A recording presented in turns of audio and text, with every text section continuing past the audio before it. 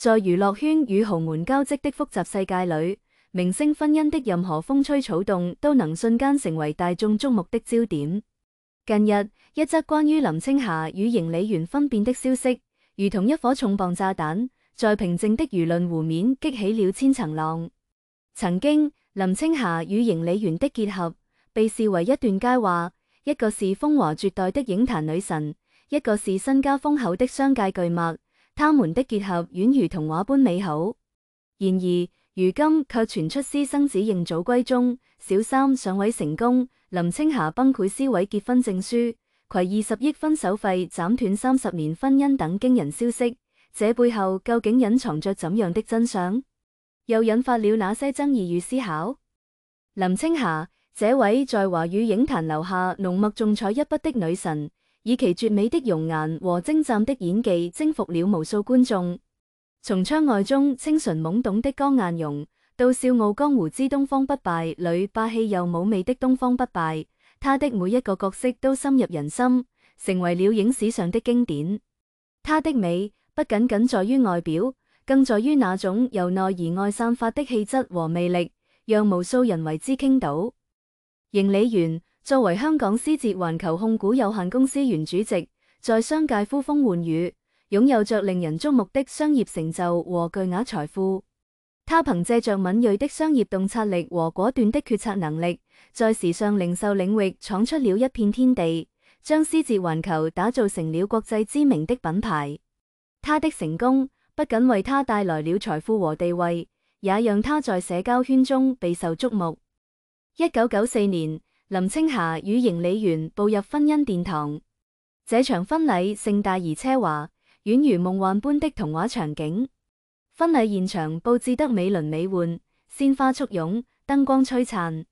林青霞身着潔白的婚紗，宛如仙子下凡；營理員則西裝革履，英俊瀟灑。他們在親朋好友的祝福聲中，許下了一生的承諾。婚後，林青霞逐漸淡出影壇，將重心轉移到了家庭上。她為營理員生下了2個可愛的女兒，一家人的生活看似幸福美滿。營理員對林青霞也是寵愛有加，不僅在物質上給予她無盡的奢華享受，還時常陪伴在她身邊，給予她溫暖與關懷。林青霞也享受着這種相夫教子的生活，偶爾寫寫書，分享自己的生活感悟，展現出了她除了美貌之外的才華與智慧。她出版的散文集，文字細膩而溫暖，讓讀者感受到了她內心的寧靜與滿足。然而，豪門婚姻的背後，往往隱藏着不為人知的壓力與挑戰。營理員作為傳統商界人士，深受家族觀念的影響，一直渴望能有個兒子來繼承家業。在他看來，兒子是家族血脈的延續，是家族事業傳承的關鍵。他希望自己的商業帝國能夠後繼有人，繼續發揚光大。而林青霞雖然為營理員生下了2個女兒，但始終未能如他所願誕下兒子。這一遺憾，如同隱藏在婚姻中的一顆定時炸彈，隨着時間的推移，逐漸開始顯現出它的威力。儘管營理員表面上對林青霞和女兒們痛愛有加，但在內心深處，對於兒子的渴望卻愈發強烈。這種渴望，讓他在面對林青霞時，難免會流露出一絲失落與遺憾。林青霞也感受到了丈夫的這種情緒變化，她深知自己未能滿足丈夫的期望，心中也充滿了愧疚與無奈。她嘗試過各種方法，希望能為營理員生下一個兒子，但始終未能如願。這種微妙的情感變化，在2人之間悄然滋生，逐漸拉開了他們之間的距離。他們之間的交流變得越來越少，曾經的甜蜜與溫馨也逐漸被冷漠和疏離所取代。就在外界以為林青霞與營理員的婚姻將一如既往地維持下去時，一則關於營理員私生子的消息，如同一顆重磅炸彈，瞬間引爆了輿論。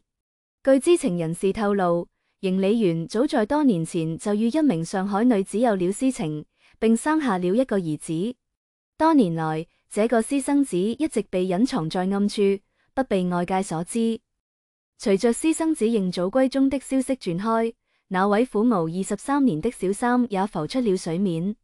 據傳，這位小三多年來一直默默地陪伴在邢理元身邊，為他生下兒子後，更是小心翼翼地照顧着孩子，等待着有一天能夠名正言順地進入邢家。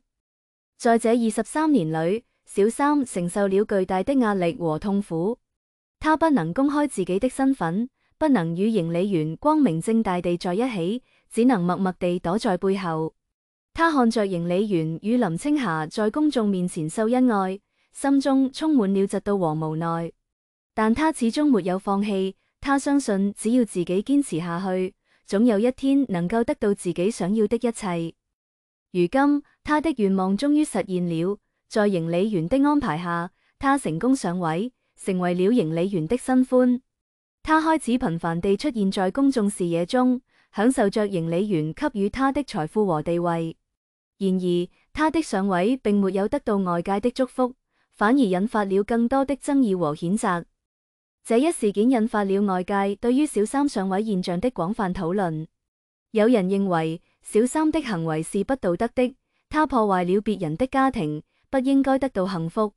他們覺得小三的行為違背了社會的公序良俗，應該受到法律的制裁和道德的譴責。也有人認為小三也是受害者，他在邢理元的欺騙下付出了青春和感情，如今只是得到了應有的回報。他們覺得邢理元應該對小三負責，畢竟他們之間有一個孩子。無論如何，小三的上位都給林青霞帶來了巨大的傷害，也讓這段豪門婚姻變得更加複雜和混亂。面對邢理元的背叛和私生子的認祖歸宗，林青霞沒有選擇委曲求全，而是做出了一個令人震驚的決定，與邢理元離婚，並攜20億分手費斬斷這段30年的婚姻。這一決定展現了林青霞的決絕與獨立。在做出這個決定之前，林青霞經歷了無數個痛苦的夜晚。她回憶起與邢理元曾經的點點滴滴，心中充滿了不捨和眷戀。但她也知道這段婚姻已經無法挽回，繼續下去只會讓自己更加痛苦。她需要重新找回自我，追求屬於自己的幸福。20億分手費對於普通人來說是一個天文數字，但對於林青霞來說，這不僅僅是一筆財富，更是她對自己30年婚姻的一種補償和交代。她用這筆錢為自己未來的生活提供了保障，也向外界宣告了自己的獨立和堅強。她不再是那個依附於丈夫的豪門闊太，而是一個能夠掌控自己命運的女性。離婚後的林青霞開始重新規劃自己的生活，她將更多的時間投入到寫作和公益事業中。她的文字更加深刻和成熟，充滿了對人生的思考和感悟。她通過自己的作品傳遞着正能量和溫暖，激勵着更多的人勇敢地面對生活的挑戰。同時，她也積極參與各種公益活動，關注弱勢群體的權益，用自己的影響力為社會做出貢獻。在邢理元與林青霞的婚變事件中，除了私生子認祖歸宗、小三上位成功以及20億分手費等熱點話題外，還有一個備受爭議的話題，就是邢理元的100億家業分配問題。據知情人士透露，邢理元一直有着傳男不傳女的傳統觀念，他希望將自己的家業全部留給兒子來繼承。這一決定引發了邢理元長女邢嘉善的強烈不滿。邢嘉善在社交媒體上公開發文唱聲，野種不配繼承家業。這一言論瞬間引發了軒然大波。邢嘉善作為邢理元的長女，一直以來都積極參與家族事業，為家族的發展做出了不少貢獻。她在家族企業中擔任重要職務，憑借着自己的能力和智慧，贏得了家族成員的認可和尊重。他無法接受父親將家業全部留給私生子弟弟的決定，認為這是對他的不公平對待。他覺得自己為家族付出了那麼多，應該享有平等的繼承權。而且，他認為私生子弟弟的出現破壞了家庭的和諧與穩定，不應該得到家族的財產。邢嘉善的公開唱聲，讓外界對於邢理元的家族繼承問題充滿了關注與猜測。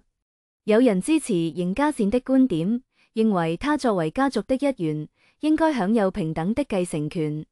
他們覺得在現代社會，男女平等，不應該再遵循傳男不傳女的陳舊觀念。也有人認為，邢理元有權決定自己家業的分配，外人無權干涉。他們覺得邢理元作為家族的掌舵人，有權根據自己的意願來安排家族的未來。無論如何，這一事件都讓邢理元的家族繼承問題變得更加複雜和敏感。此外，邢理元傳男不傳女的觀念也反映了傳統家族觀念在現代社會中的衝突。在現代社會，男女平等的觀念已經深入人心，但在一些豪門家族中，仍然存在着重男輕女的思想。這種思想不僅限制了女性的發展，也不利於家族的長期穩定和發展。儘管經歷了婚姻的挫折和痛苦，但林青霞並沒有被打倒。她用20億分手費為自己未來的生活奠定了基礎，也為自己重新出發提供了動力。如今的她更加專注於自己的寫作事業。他的文字充滿了對生活的感悟和對人生的思考，深受讀者喜愛。他的作品不僅在國內暢銷，還在國際上獲得了一定的關注。同時，他也積極參與各種公益活動，用自己的影響力為社會做出貢獻。他關注教育、環保、扶貧等多個領域，通過捐款、捐物、志願服務等方式，為需要幫助的人提供支持和幫助。他的善舉得到了社會各界的認可和讚揚，他也成為了許多人心中的榜樣。林青霞的未來充滿了無限的可能，她不再是那個被婚姻束縛的豪門闊太，而是一個自由、獨立、有追求的女性。